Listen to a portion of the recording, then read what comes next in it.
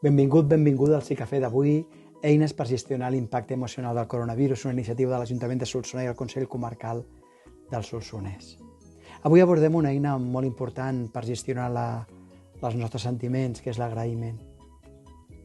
Quan jo em centro en el que agraeixo, la meva energia vital puja. Així que avui us suggeriré 2 exercicis tan senzills, tan simples, tan evidents, però alhora tan potents, que us demanaré molt, per favor, que els feu. El primer és que feu una llista de les coses que podeu agrair.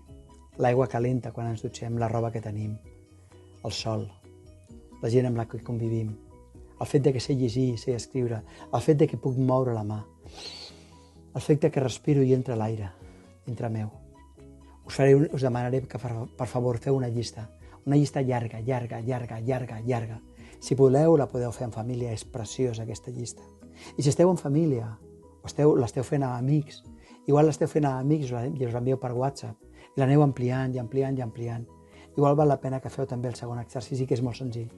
Us poseu davant d'una persona, mirant-la als ulls.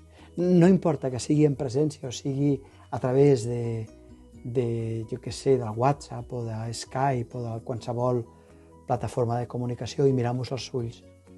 Us dieu gràcies.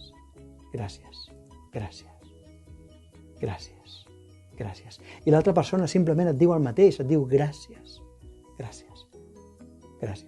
Perquè és molt important que sapigueu agrair, però és molt important també que sapigueu rebre l'agraïment dels altres. Quan jo sé agrair i sé rebre l'agraïment, la meva vida s'equilibra. I aquest és el repte, això és el que suggereixo, que és el que us convido a fer. Tant de bo us sigui útil.